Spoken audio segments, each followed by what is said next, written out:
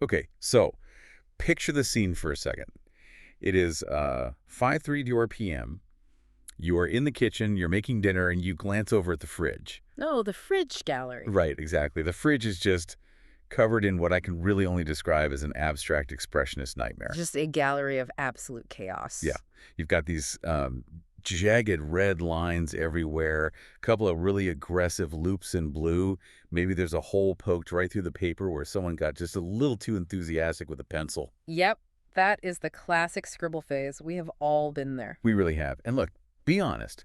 When you look at that as a parent, your mouth says, oh, wow, nice job, buddy. But deep down, you're thinking, wow, that is just a mess. Right. Or, at best, you think it's just play. Like, it's cute, sure, but it's not really serious work. And I mean, that is the default setting for almost every adult out there. We just tend to see scribbles as the absence of writing. We look at it and we just see noise before the signal. But today, we are going to flip that completely on its head. Welcome to our deep dive into a text called Writing Begins with Meaning. Specifically, we're looking at their Week 5 research, which dives into early literacy. Yes, and the headline here, which is probably going to sound a little crazy to the perfectionist listening, is that those messy, jagged, completely unintelligible scribbles, they aren't just play. Not at all. They are actually the architectural blueprints for reading and writing. Absolutely. I would say if you take just one thing away from this deep dive today, it's that we really need to stop looking at what is on the paper, the mess itself, and start looking at the incredible cognitive and physical gymnastics happening behind the paper. So that is our mission today. We're going to convince you that your fridge door gallery is actually a display of high-level intellectual development. It's a huge paradigm shift. It is. And we're also going to talk about the one big thing that parents, and yeah, myself included, usually get completely wrong when we try to, help with this stage. I am so glad we're talking about this. Let's just jump right in. Yeah, let's do it. So the text defines writing in a way that I hadn't really ever considered before. Because usually if I ask someone, can this kid write? I essentially mean, can they write the alphabet? Right. Can they write an A, a B, and a C? Exactly.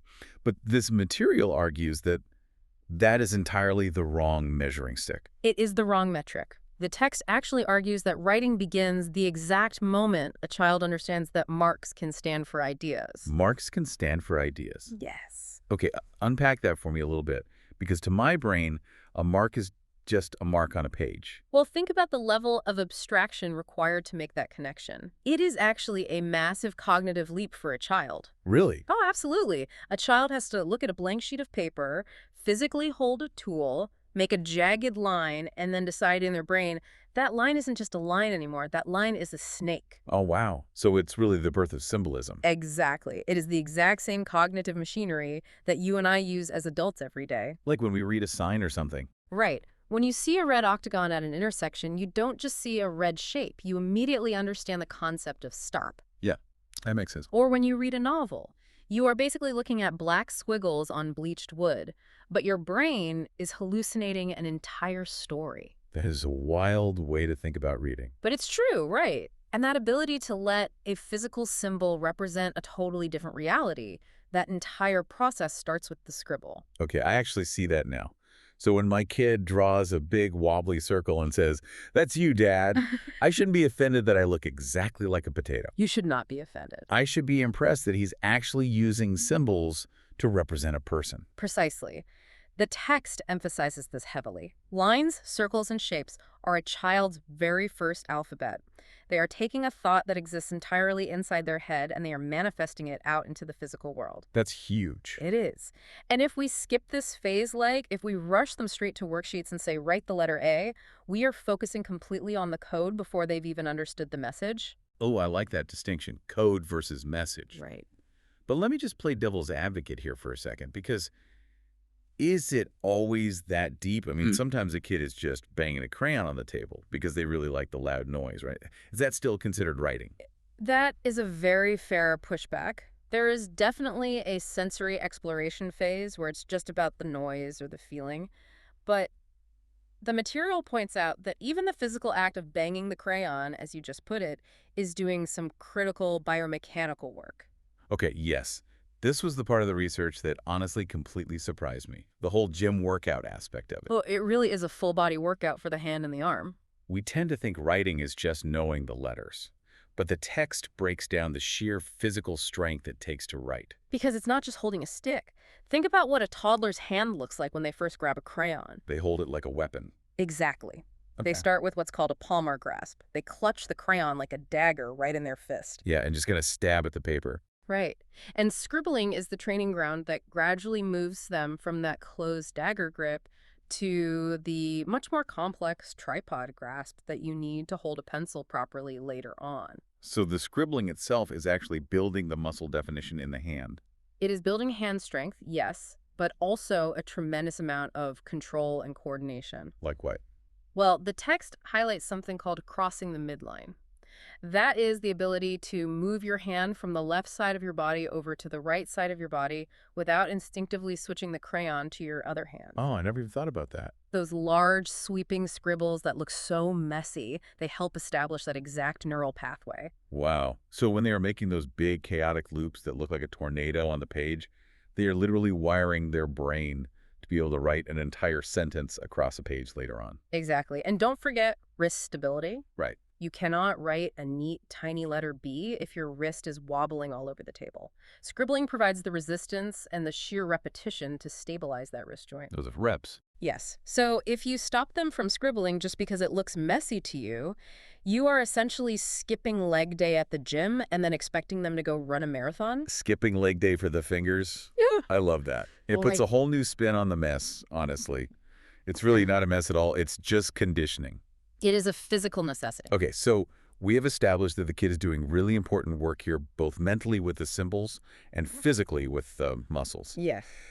Now we have to pivot to the really hard part, The adult. the adult. Yeah. Because the text has some very specific instructions for us, and honestly, a lot of them go against every single instinct I have as a parent. You are definitely not alone in that. The adult role section of this material is usually where parents struggle the most. Because we just want to teach. Exactly. We are socially conditioned to instruct. We want to be helpful. Right. Like, if I see a kid holding a crayon wrong, my hand literally twitches. I just want to reach over and fix it. Or if they were drawing a house and they put the roof on the bottom of the page, I Yeah. want to say, oh, no, buddy, roofs go up on top. Right. We want to correct the logic.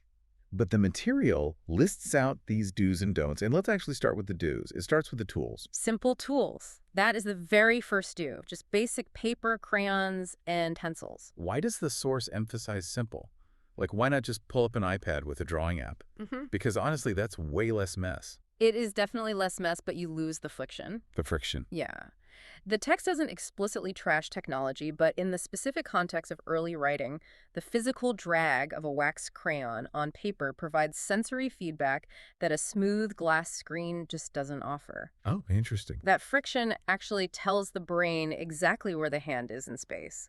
It helps build that fine motor control we were just talking about. Okay, that makes total sense. The brain actually needs to feel the physical resistance. Precisely. All right, so we've got the paper and we've got the crayons. The kid draws a blob. Now comes the interaction part. And this is where I think most of us really mess up. Yes. This is the guessing game trap. Oh, I have lived this so many times. The kid comes over, beaming with absolute pride, holds up a drawing, and I say, wow.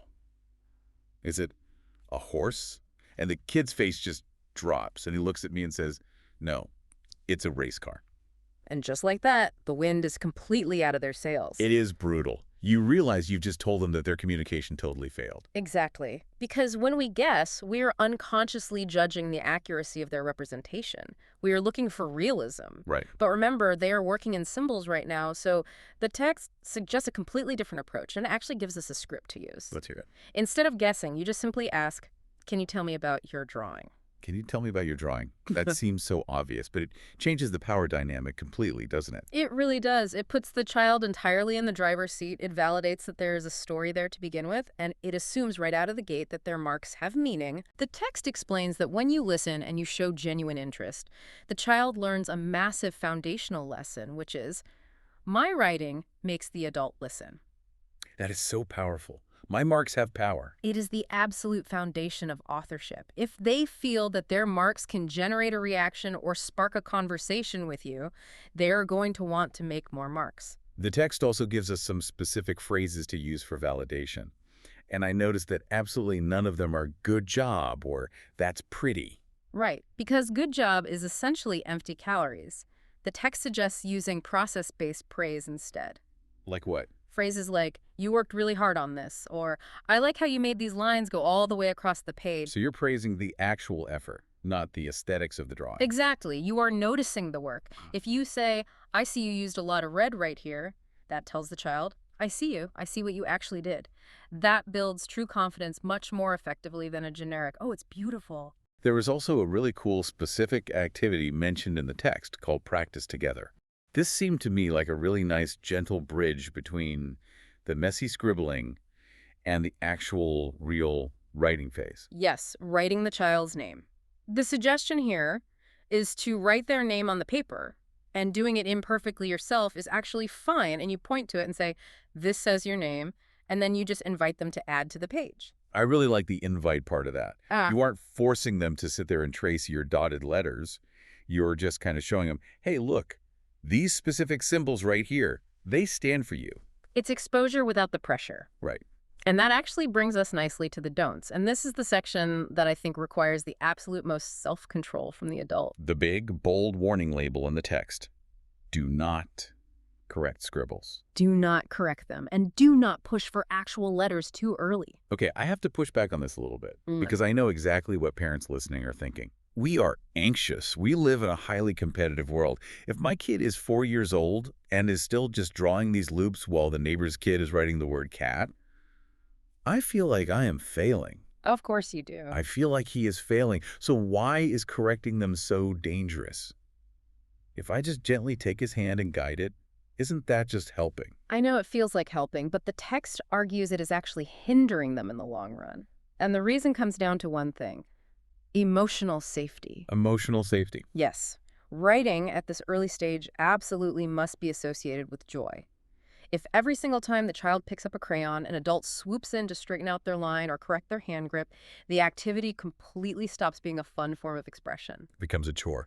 Worse, it starts feeling like a test. And nobody likes taking a test. Exactly. And biologically, the brain actually functions differently under stress. If a child feels judged or they are constantly worried about getting it right, their willingness to take cognitive risks just evaporates. If you just shut down. They stop trying new things entirely. The text explicitly states that if learning feels fun, children want to keep trying. If it feels like critique, they will shut down. So by trying to ensure they write perfectly right now, we might actually be killing their desire to write at all later on. That is the big risk. The mantra repeated in the text is, meaning matters more than neatness. Meaning matters more than neatness. If we prioritize neatness, we lose the meaning. If we prioritize meaning, the neatness will naturally come eventually as those hand muscles develop. That is a really hard pivot for type A parents, though. We essentially have to value the idea of the snake more than the fact that the actual drawing of the snake looks like a garden hose. You have to value the enthusiasm. Enthusiasm is the actual fuel for literacy, the accuracy. That's just the mechanics. All right, so we've got the mindset down, scribbles are ideas, we've got the method down. Ask, don't fix. Right. Now, how do we actually weave this into real life? Because we're all busy. We can't always sit down for a dedicated, uninterrupted 20-minute art therapy session with our kids. The good news is you really don't have to. The text is very practical about integrating this into your daily routines. It talks a lot about making writing feel useful. And kids love to be useful. They always want to do adult things. They desperately want to participate. So the classic example the text gives is the shopping list. Oh, I love this one. When you are in the kitchen making your grocery list, you just give them their own piece of paper and a pencil and say, hey, help me write the list. We need eggs and we need milk. And then they scribble something that looks like a literal storm cloud on the page. And you say, Look at it and say, thank you so much for writing eggs. You treat it as a valid, serious document. I've actually done this before. It is hilarious because you get to the grocery store Yeah. and they are clutching this crumpled piece of paper like it's the Magna Carta. Yeah. They just feel so incredibly important. And that feeling of importance, that is them internally identifying as a writer. They are thinking, I am someone who writes things down that our family needs. Yeah. That internal identity shift is worth more than 1,000 tracing worksheets. The text also mentions parallel play, doesn't it? Like just writing alongside them. Yes, because kids mimic everything. If they see you writing out a thank you note or writing in a journal or even just writing a grocery list, they naturally want to do it too. It models that writing is just a normal, everyday part of life, not just some strict school task they have to do. And there's a really strong connection here to reading, right? Because in school, we tend to treat reading and writing as two completely different subjects. But this research says they are tied together at the hip. They are completely inseparable. The text makes this really profound point. It says that as children talk about their marks like when they point and say, this is a dog or this is a house, they are actively learning the foundational concept of literacy itself, Which is what? which is that spoken words can be written down. Again, that sounds so obvious to us as adults. But for a toddler, that's basically a magic trick. It is absolute magic to them. The idea that I can trap the invisible sound coming out of my mouth onto this flat piece of paper, and someone else can look at it later and know exactly what I said. It's basically time travel. It really is. And once they truly grasp that core concept, the desire to learn the actual letters, the code comes entirely naturally. Why? Because they want to capture their words more accurately. You want the magic trick to work better. Exactly. The drive comes from the inside of the child, rather than from the parent just hovering over them with an eraser. So if we are going to adopt this new philosophy as parents, we definitely need a new way to measure our success. Because legibility is completely out the window. It is out. So what is in? What does actual progress look like in week 5? The source gives us a whole new set of metrics to look for. We are looking for expression, confidence, and explanation. Expression, confidence, explanation. Right, so you ask yourself, is the child actually enjoying the scribbling process? Are they using their shapes with purpose? Are they freely talking about their picture with you? And crucially, do they show pride? The classic, look what I made moment. Yes. If they run up to you with a page full of messy smudges and they are just beaming, that is an A+ right there. That is true progress. But there's another progress metric mentioned in the text that I found honestly really confronting. It asks us to measure the progress of the adult. Yes. This is honestly my favorite part of the entire module. It's a complete call-out. It literally asks, are you, the parent, listening more patiently? Yeah. Are you allowing the child to explain instead of jumping in and correcting them? And this is the real kicker. Are you feeling less worried about doing it right? Remember that parental anxiety we talked about earlier? The text actually frames your ability to let go of that anxiety as a major developmental milestone for you. That really hits home. Because all that anxiety is really just about us, isn't it? It's about our own fear of judgment. Like, if my kid can't write, I must be a bad parent. 100%. We project our own adult timeline right onto them, but this research is essentially giving us permission to just exhale. It's saying that by holding back, by physically biting your tongue when you desperately want to fix that backwards T, you are actually doing the heavy lifting of parenting. It is active restraint. It really is. We have to completely unlearn the idea that teaching always means correcting, because sometimes teaching just means witnessing. Witnessing, I really like that word. Just being a witness to the scribble. And validating the meaning behind it. All right, so let's try to bring this all together, because we have covered a lot of ground today. We definitely have. To quickly recap, first, the fridge gallery is not a mess. It is a massive cognitive breakthrough where marks become ideas. Second, the gym workout. Those wild scribbles are literally building the tripod grasp and the wrist stability needed for their future. And third, our actual job as the adult is just to provide simple tools and consistently ask the golden question. Can you tell me about your drawing? And fourth, probably the hardest one, do not correct. Prioritize meaning over neatness and safety over accuracy. Because if you build the joy first, the skills will inevitably follow. Now, the source material leaves us with a take-home challenge at the end, and I really love it because it's incredibly low stakes. It says, encourage drawing every single day and ask the child to explain it. But then it adds this one line, even 1 minute matters. That line is such a relief for busy parents. You don't need a free hour. You just need 1 minute of genuine connection. Just 1 minute. Tell me about this. And then you just zip your lips and listen. And you might really be surprised by the complex story you hear from them. Which actually leads me to a final thought I had while I was reading the reflect section of this text. We've been talking all day about toddlers and crayons. But the core principles here, listening without fixing, valuing the meaning over the perfection, they feel a lot bigger than just kids. How do you mean? Well, we live in a world that is completely obsessed with constructive feedback. We want to optimize literally everything. We correct our partners, our colleagues, our friends. We're constantly trying to straighten out the lines for other people. We are definitely fixers by nature.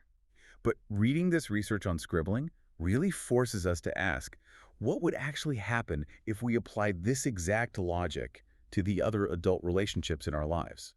That is a really provocative thought. Right. Like, what if when a friend or a partner comes to you and shares a messy, half-formed idea, a verbal scribble, Yeah. if you will, what if we didn't immediately jump in with our corrections or our unsolicited advice? What if we just stopped, asked, tell me more about that, and actually treated their messy thoughts as meaningful? I think we would find that people open up in a completely different way. Just like the child with the crayon, they'd feel safe. They'd feel like their rough ideas actually matter. Yeah, maybe we are all just looking for someone to look at our messy scribbles and simply say, I see what you did there. I think that is exactly it. Well, it's definitely something to think about the next time you find yourself staring at a wax tornado on the fridge. Thank you so much for taking this deep dive with us today. It was absolutely my pleasure. We will see you all next time.